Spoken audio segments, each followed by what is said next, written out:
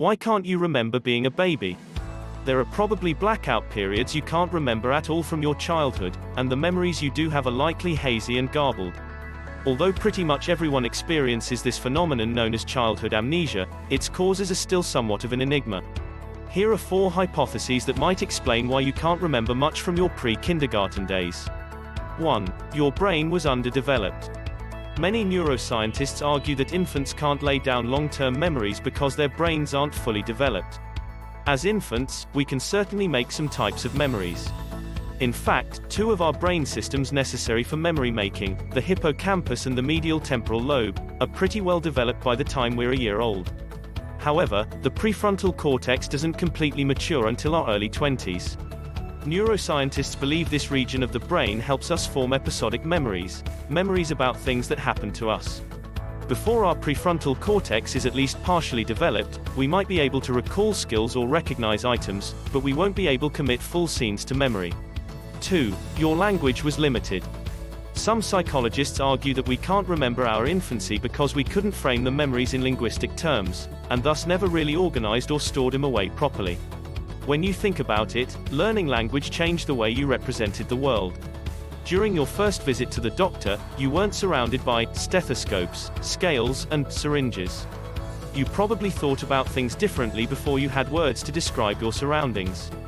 Thus, your memories from your pre-verbal days might be less vivid because your whole schema for representing the world was different.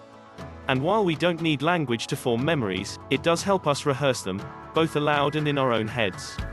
You might not have remembered the time that Tommy wet his pants in 3rd grade if you didn't remind him, and yourself, about it all the time. But if you'd been too young to verbalize what happened, you'd have missed the chance to talk about it over and over again until you'd committed the episode to memory. 3. You had no sense of self.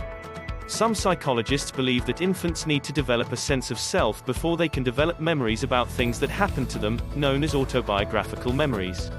Babies who don't really understand who they are will have a difficult time picking out the things that are personally relevant. One experiment on self-recognition and memory provided support for this hypothesis.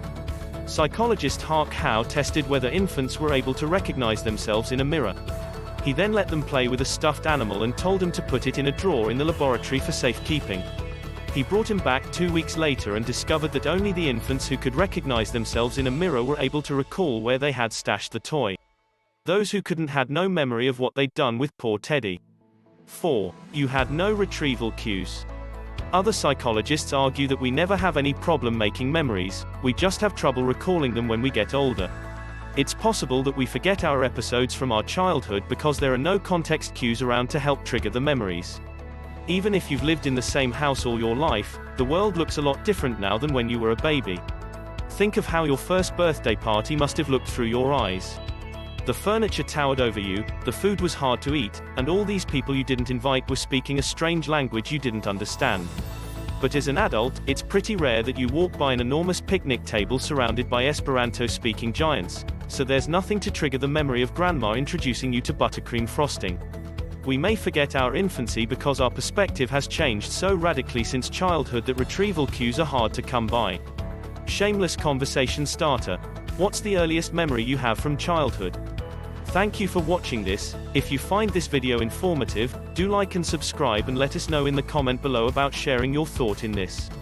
See you in the next video, and until then stay tuned to aid the student.